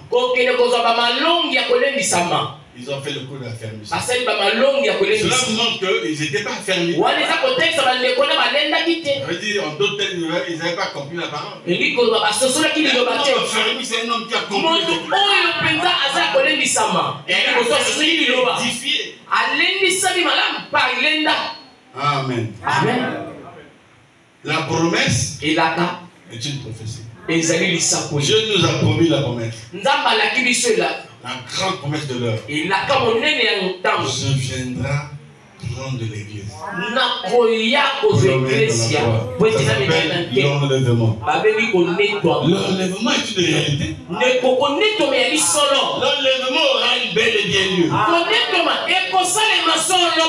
Ceux qui croient que l'enlèvement a déjà eu lieu, laissez-les. Si nous attendons l'enlèvement. Amen. Nous attendons l'enlèvement. Nous aimons que nous disent la vérité. Nous pouvons recevoir la foi de l'enlèvement. La foi vient de ce que l'on entend. Et ce que l'on entend,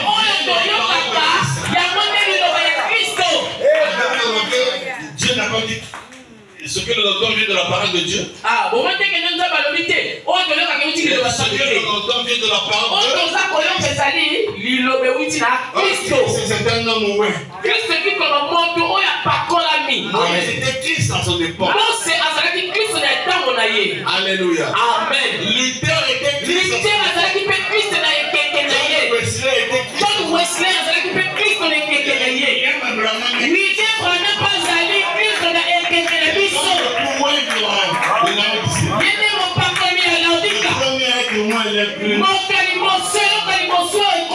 Amen. J'espère que le plus comprend. Amen. Amen. Il est la lumière de son âme. Il était Christ à son âme.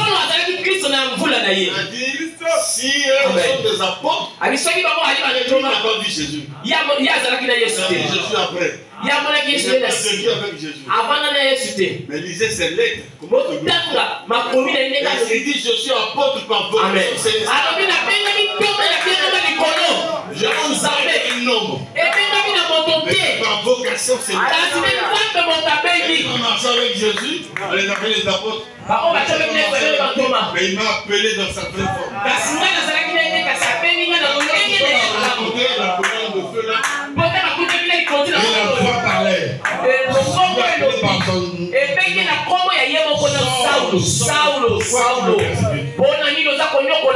Saul ne persécutait pas un homme. Il a attrapé l'église. Il est en prison. Il a dit, qui es-tu, Seigneur? Comment un jeune juif instruit va appeler n'importe quel bien Seigneur?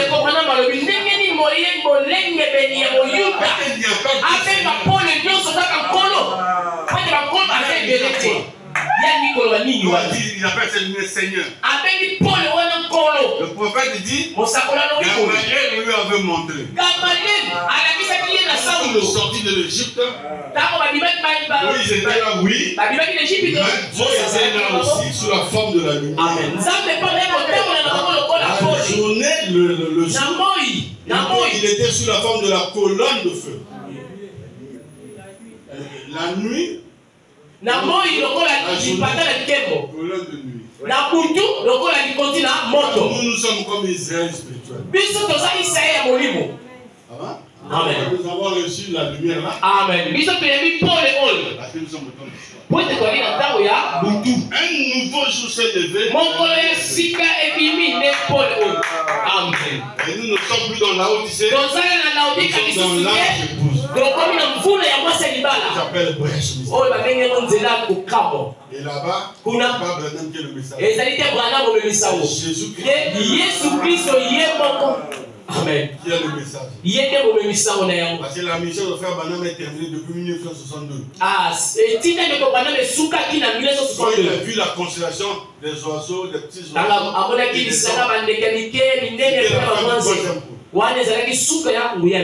Alléluia. Amen. Amen. Et il a dit, j'ai vu ça, après j'ai vu les oiseaux.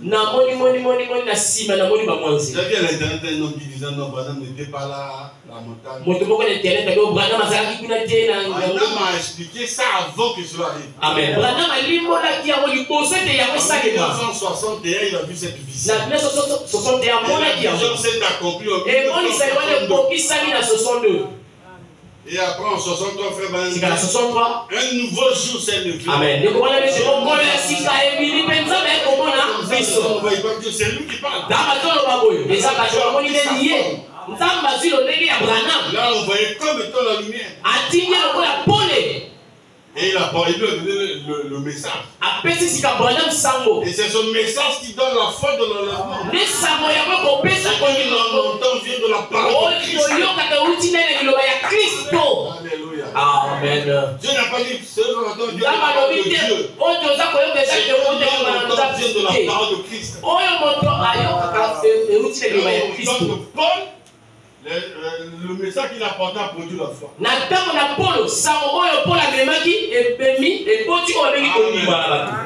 Autant d'Irénée, le message qu'il a prêché a produit la vertu. La vertu en puissance. Amen. Mais son message n'était pas la vertu. Ils avaient leur message.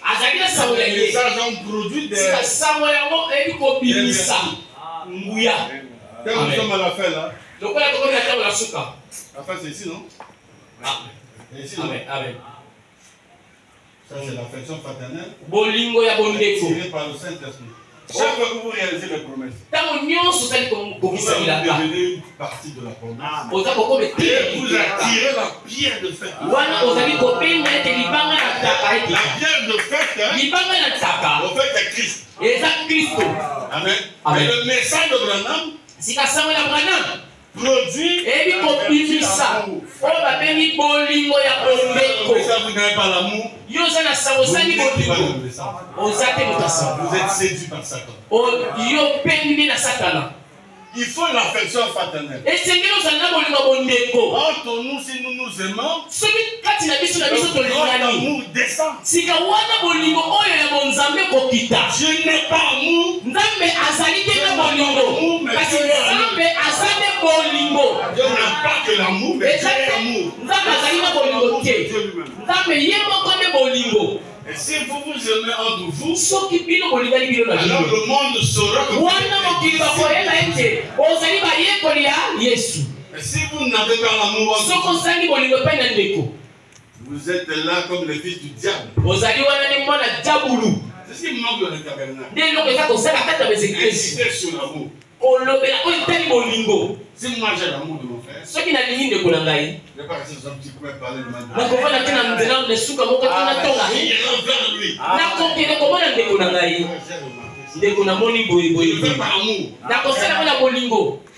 Yes.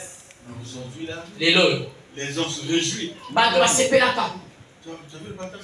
Oh, moi je l'ai vu avec une femme de la rue. Mais le voir avec une femme, ça veut dire qu'il est tombé. Il a des cousines. Des collègues.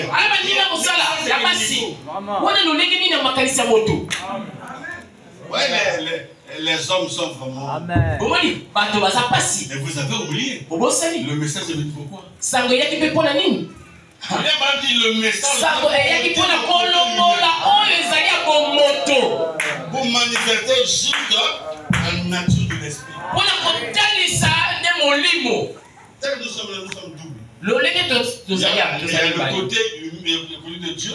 Il y a le côté humain. Et l'apôtre Pierre dit vous devez être des participants à la nature divine. Si nous croyons les promesses, nous nous aimons, nous sommes des participants à cette nature-là. Amen. On ne va pas faire la religion. La religion ne sauve personne. Le dimanche, on dire à la maison, on attend dans la rue. Tu fais de dire ça. Mais tu ne vis pas la parole. Toi qui étais païen, tu buvais beaucoup d'alcool. Tu es venu à l'église, mais tu as toujours. Mais l'église, ça sert à quoi? L'église, on vient pour apprendre d'être des meilleurs. Amen. On va te changer. Il faut que tu changes. Tu vas voir, les amis vont te fuir. Toi qui vas le fuir. Amen, amen. Yes.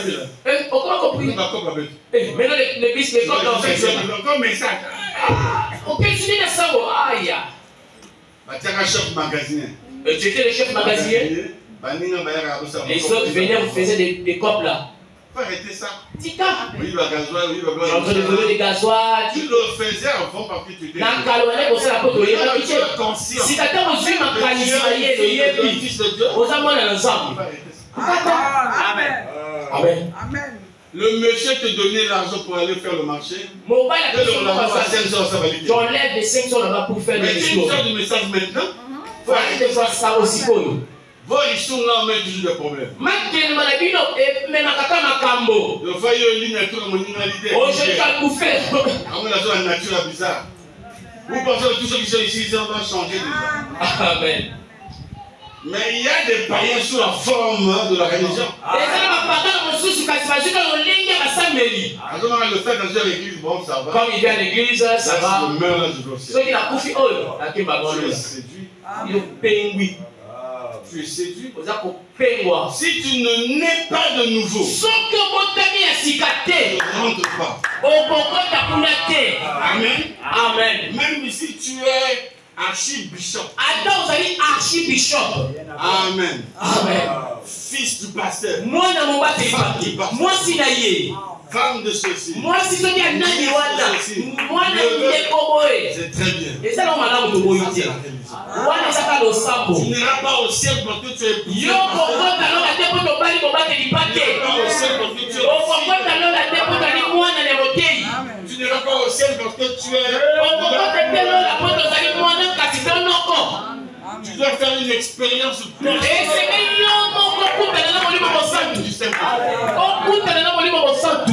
Dieu te connaît pas. On appelle Seigneur, Seigneur de notre nom. Ceux qui font la volonté de Amen. Dieu. C'est que tu naisses de nouveau. Amen. Soyons intelligents. Pierre, Paul dit, recevez le renouvellement de l'intelligence. Quand je partais dans le bar, j'étais ignorant. Maintenant, Dieu m'a parlé, j'ai compris.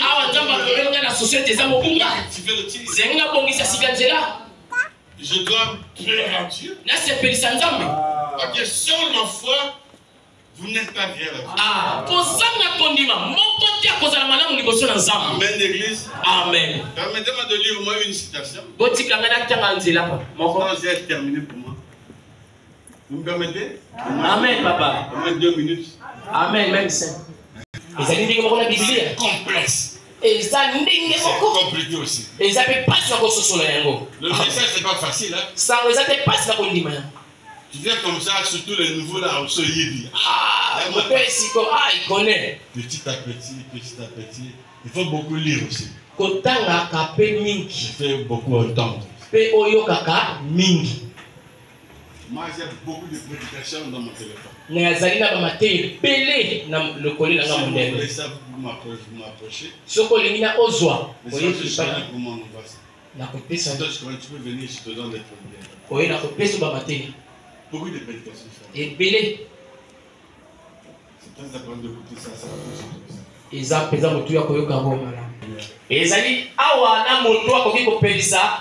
Cette prédication-là, je ne comprenais pas ça avant de comprendre le message. C'est un homme qui peut accomplir la parole. Quand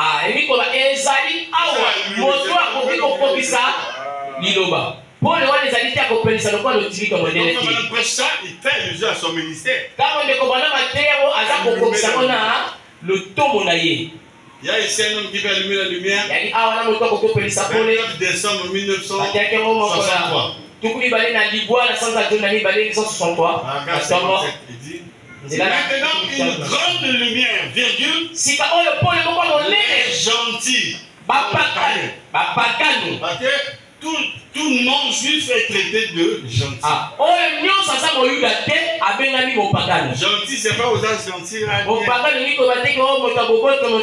C'est une appellation de l'Ancien Testament qui parlait des non-juifs.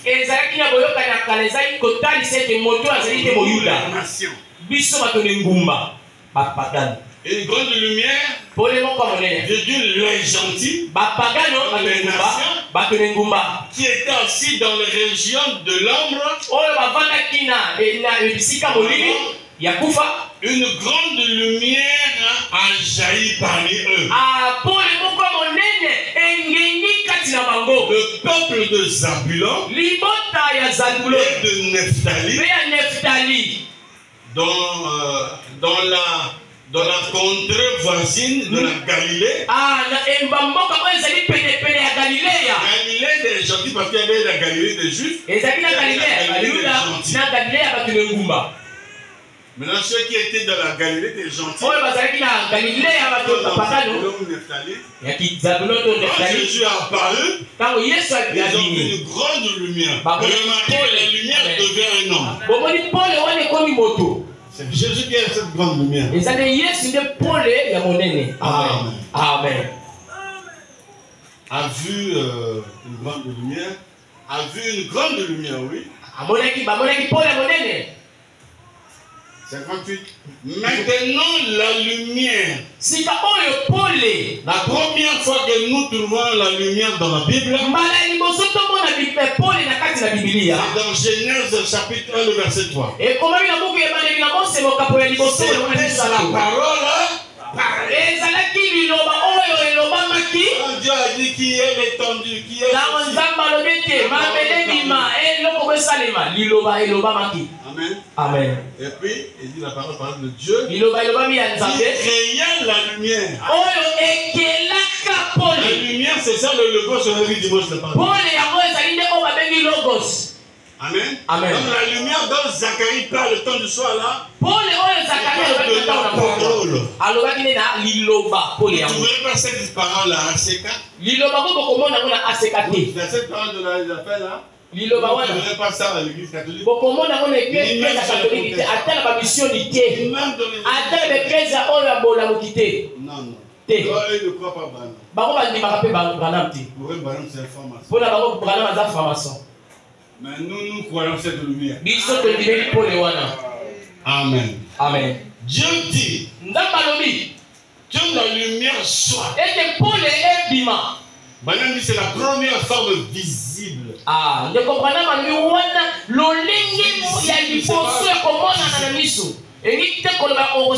Visible, c'est pas dans le sens charnel. La lumière là est visible. Mais c'est visible. La première, parce qu'il était invisible, Dieu était spécial. Quand il a pris la forme de lumière, c'est cette forme-là qu'il a commandé à créer le monde. Parce que là, nous sommes dans Genèse de 1, commençons de 1. Genèse 1, verset 1. Dieu créa les cieux. Ça, c'est la création de 6 jours. Que la lumière soit. Vous allez voir que ce n'est pas la lumière du 4e jour. Parce que la lumière du 4e jour, c'est le soleil naturel. Que la lumière soit et la lumière feu. Cette lumière-là, c'est la parole. On verra ça dans Jean chapitre 1, verset 1.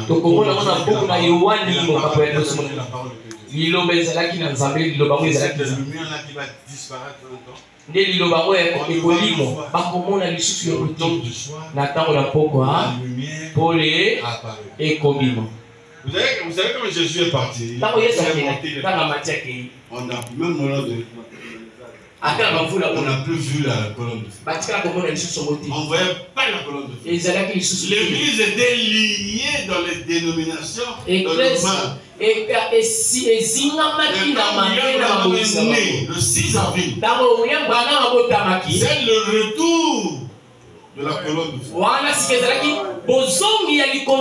colonne de feu a apparu encore. Mais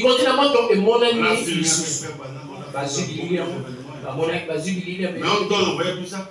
Pourquoi je ne voyais plus ça? Parce que cette lumière a été partie dans sa forme.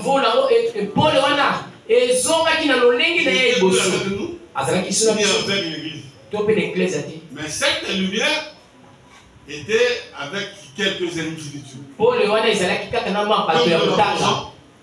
L'apôtre Paul était dans la prison avec Silas. Au milieu de la nuit, ils sont mis à adorer. Paf! La porte de la prison s'est ouverte. Amen. Amen. Et un homme est rentré. La lumière. Quand il est venu, il a libéré les prisonniers. Même le gars qui a failli se suicider. Voilà, ne te fais pas